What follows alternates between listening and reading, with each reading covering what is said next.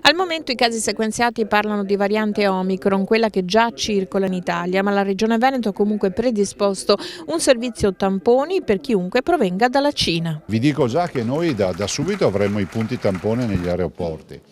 Spero che l'Europa decida di creare un cordone sanitario, perché se è pur vero che siamo in una fase endemica del virus, dall'altra parte è altrettanto vero che il confronto con questi nuovi infetti avviene per una comunità che è quella cinese, che di fatto è isolata da 2 anni e mezzo, dove i vaccini cinesi non hanno funzionato come i nostri vaccini, ma soprattutto ricordiamocelo dove l'immunità di gregge non si è mai raggiunta.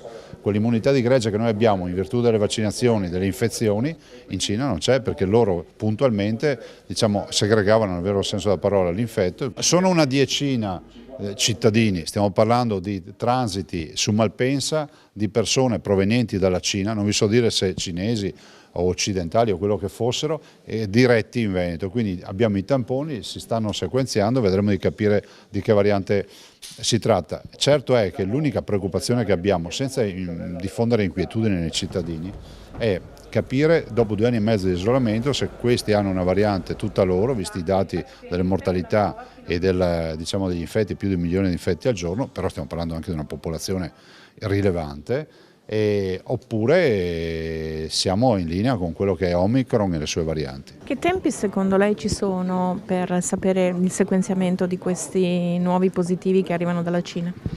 Ma io credo in maniera molto rapida, perché noi con l'Istituto Zooprofilattico che abbiamo questa collaborazione sempre mantenuta, rafforzata e rinnovata, ma anche all'interno di alcuni presidi, penso a Padova piuttosto che ad altri presidi ospedalieri, abbiamo la possibilità di sequenziare e oggi non abbiamo una mole di sequenziamenti così importanti, quindi io credo in tempi veramente molto rapidi. Purtroppo non arrivano informazioni dalla Cina e quindi le informazioni le avremo man mano che arrivano dei casi positivi dalla Cina. Noi siamo pronti, stiamo già cominciando a sequenziare i tamponi che ci arrivano da viaggiatori che vengono dalla Cina e che vengono trovati positivi negli aeroporti, e quindi a breve avremo qualche informazione. In questo momento purtroppo non le abbiamo. Il virus è sempre quello.